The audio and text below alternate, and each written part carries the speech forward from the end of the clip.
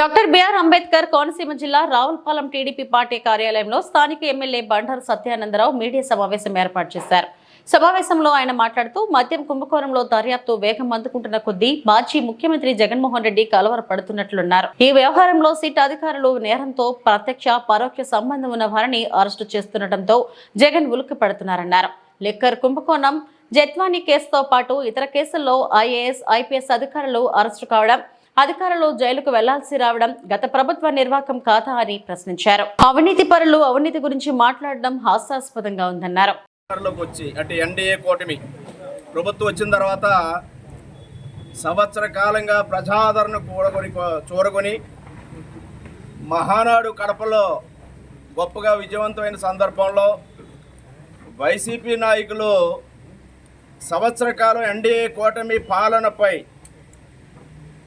వెన్నుపోటు దినం రేపు సంవత్సరం ఏనాడైతే రిజల్ట్స్ వచ్చాయో జూన్ 4వ తేదీన వెన్నుపోటు దినం చేస్తామని ప్రకటించడం చాలా చాలా హాస్యాస్పదం. ఇది వారి వైఖరిని తెలియజేస్తూ ఉంది. నేను అంటూ ఉన్నా, వాళ్ళ పాలనలో 19 నుంచి 2024, 2019 నుంచి 2024 దాకా 5 ఏళ్ల పాలనలో ప్రజలు ఎంతో నమ్మకంతో విశ్వాసంతో 151 సీట్లు ఇచ్చి పట్టం కడితే 2024 వచ్చేసరికి ప్రజల యొక్క ఆశలు వంపు చేసి ఒక విధ్వంసకరమైన పరిపాలనతోటి రాష్ట్రాన్ని సర్వనాశనం చేసినందుకు రాష్ట్రాన్ని సర్వనాశనం చేయడం ద్వారా ప్రజల్ని వాళ్ళు వెన్నుపోటు పొడిచారు వైసీపీ నాయకులు. అదే రోజున మళ్ళా ఏ మొహం పెట్టుకుని మళ్ళా ప్రజా తీర్పుని అవమానపరిచే విధంగా దానిని వెన్నుపోటు దినోత్సవంగా ప్రజా తీర్పు ఇచ్చిన రోజున వారు చేస్తా అంటారంటే నేను వారిని మీరు చేయాల్సింది వెన్నుపోటు దినోత్సవం కాదు, ప్రాయశ్చిత్త దినోత్సవం చేసుకోవాలని తెలియజేస్తూ ఉన్నా. ఎందుకంటే మీరు చేసిన ఆ యొక్క విధ్వంసక పాలన, అరాచక పాలనకి ఒక ముఖ్యమంత్రిగా జగన్మోహన్ రెడ్డి అనర్హులు, వారికి పాలన చేత కాదు అనే ప్రజలు కేవలం 11 సీట్లకే జూన్ 4న పరిమితం చేశారు. ఆ రోజున మీరు మీ పరిపాలన ఒక్కసారి మీరు గుర్తుకు తెచ్చుకుని మీరు ప్రాయశ్చిత్త దినోత్సవం చేసుకుంటే బాగుంటుందని మద్యం కుంభకోణం చాలా శరవేగంతో ముందుకెళ్తూ ఉంది.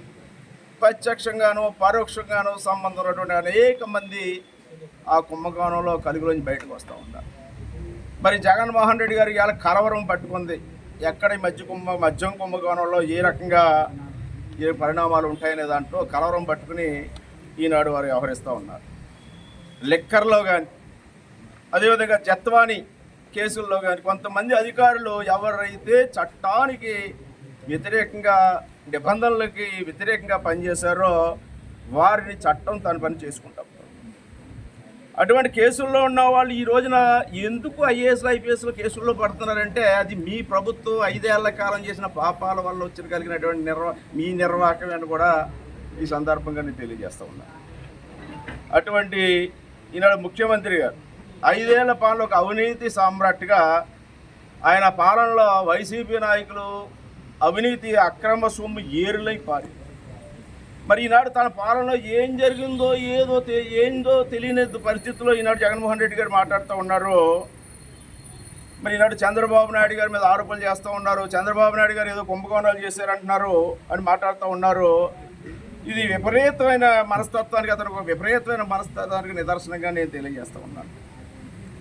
మరి ఈనాడు తెలుగుదేశం ప్రభుత్వ అధికారంలోకి వచ్చిన తర్వాత అనేక రకాలుగా రంజకమైన కార్యక్రమాలు చేసుకుంటూ ముందుకెళ్తూ ఉంది. మరి ఈనాడు మహానాడు గొప్పగా విజయవంతమైంది. ఆ మహానాడు మీద కూడా వారకలేక దగానాడని, దహననాడని, దహననాడు అంటే నాకు అర్థం లేదు. వారు మాట్లాడిన మాటలో ఇక్కడ మరి స్థానిక మాజీ శాసనసభ్యులు జగ్గిరెడ్డి గారు, వైసీపీ నాయకులు మహానాడుని గురించి మాట్లాడుతూ మొన్న అనేక రకాలుగా మహానాడుని కించపరుస్తూ మాట్లాడారు. ఇది తెలుగుదేశం పార్టీ ఆవిర్భావం నుంచి కూడా ప్రజల కోసం చేసుకునే పండగ. మరి అనేక నిర్ణయాలు తీసుకుని పెద్ద ఎత్తున కడప వారి జగన్మోహన్ రెడ్డి గారు ఎలాగ అంటారే అలాంటి ఎలాగాలో కూడా బ్రహ్మాండంగా మరి ప్రజాస్పందన పూర్వంగా మహానాడుని విజయవంతం చేయడం జరిగింది. ఇది తట్టుకోలేక వారవలేక బురద జల్లే కార్యక్రమాల కింద లేనిపోని ఆరోపణలు చేస్తూ ఉన్నారు. దాన్ని నేను ఖండిస్తూ ఉన్నాను. అదేవిధంగా లోకేష్ గారిని భవిష్యత్తు నాయకుడు, ఆయన తెలుగుదేశం పార్టీకి లోకేష్ గారి భవిష్యత్తు నాయకుడు, ఆయన కూడా నోటుకు వచ్చినట్టు మాట్లాడుతూ ఉన్నారు. అంటే అవినీతితో కూడిపోయిన వైసీపీ నాయకులు అవినీతి గురించి మాట్లాడుతుంటే చాలా హాస్యాస్పదంగా ఉంది. మీరు రకంగా చూసుకుంటూ ఉంటే మొన్న ఈ మధ్య చూసాం గొడగట్లో ధాన్యం కొనుగోలని జరగట్లేదు, గిట్టుబాటు ధర రావట్లేదని మెర్ల సత్యనారాయణ గారి రైతుని జగన్మోహన్ రెడ్డి గారి దగ్గర తీసుకెళ్ళి మరి జగ్గిరెడ్డి గారు చేసిన కార్యక్రమాలు చూస్తూ ఉంటే మరి అది ఏ విధంగా ఉందో అలాంటి ఆరోపణలే మీరు చేసేయండి. అదే రైతుకి 3 రోజుల్లో పేమెంట్ జరిగి గిట్టుబాటు ధరకి ప్రభుత్వ ధరకి ధాన్యం కొనుగోలు చేస్తే ఆ రైతు చేత మాట్లాడించడం జరిగింది జగన్మోహన్ రెడ్డి గారు. మరి విధంగా ఉరుసు భూముల గురించి చెప్తా 99 పైసలకి ఇచ్చేసాను. లోకేష్ గారు సవాల్ చేశారు, ఎక్కడైనా నేను 99 పైసలకి ఉరుసు భూములు ఇచ్చినట్టుగా ఉంటే, మా ప్రభుత్వం ఇచ్చినట్టుంటే నేను రాజీనామా కూడా, మంత్రి పదవికి రాజీనామా చేయడం కూడా చెప్తామని చెప్పి దాని మీద సమాధానం లేదు. మరి విద్యుత్ ఛార్జీల గురించి మీరు మాట్లాడతారు.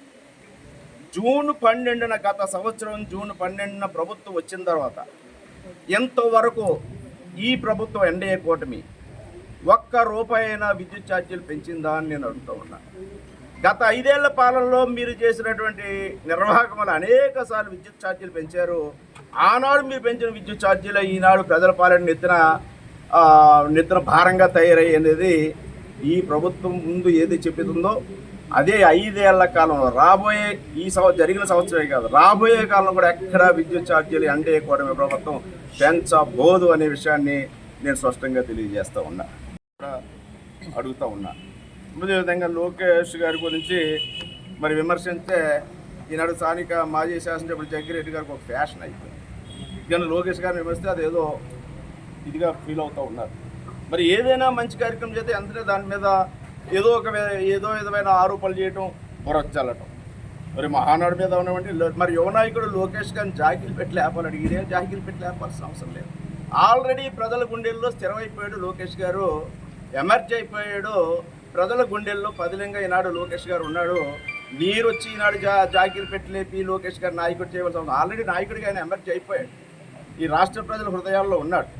అది ఎంతవరకు విమర్శించాలో, ఎంతవరకు డ్యామేజ్ చేయాలో సోషల్ మీడియాలో ఆయన రాజకీయాల్లోకి వచ్చిన ఒక కార్యకర్తగా రాజకీయాల్లోకి వచ్చాడని, ఒక తెలుగుదేశం పార్టీ కార్యకర్త. ఆయన మీద లేనిపోయినటువంటి దుష్ప్రచారం చేశారు. అవన్నీ కూడా తిట్టులా తేలిపోయి ఈనాడు లోకేష్ గారు రాటు తేలిన నాయకుడిగా యువగలం ద్వారా కానీ మరి నాయకత్వ లక్ష్యాలు పెంపొందించుకుని ఒక గొప్ప నాయకుడిగా ఎదిగాడు అనేది ఈనాడు ప్రజలు గుర్తిస్తూ ఉన్నారు. మరి తండ్రి ముఖ్యమంత్రిగా సుదీర్ఘకాలం ఉన్నారు, తాత ముఖ్యమంత్రిగా ఉన్నారు.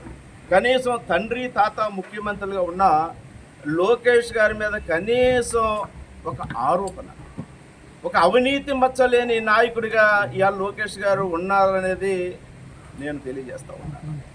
మచ్చలేని నాయకుడు ఈనాడు లోకేష్ గారు ముఖ్యమంత్రి సుదీర్ఘకాలంగా తండ్రి గారు ముఖ్యమంత్రిగా ఉన్నా ఒక్క మచ్చ కూడా ఆయన మీద రాలేదే. అది మరి తమరు నాన్నగారు రాజశేఖర రెడ్డి గారి మీద మీది వారసత్వమే.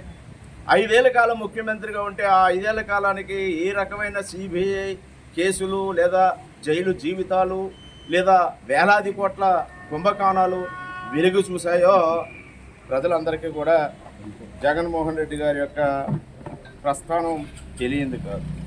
మరి లోకేష్ గారి సంక్షేమ కార్యకర్తల సంక్షేమ నిధి కానీ, మరి యువగలం కానీ, లేదా మంగళగిరిలో ఓడిపోయినా ఎక్కడ వెరవకుండా ఎక్కడ ఓడాను అక్కడే నెగ్గాలని ఎప్పుడో 1985లోనే తెలుగుదేశం పార్టీ గెలిచిన తర్వాత మళ్ళా ఎప్పుడు తెలుగుదేశం పార్టీ అక్కడికి గెలవలేదు.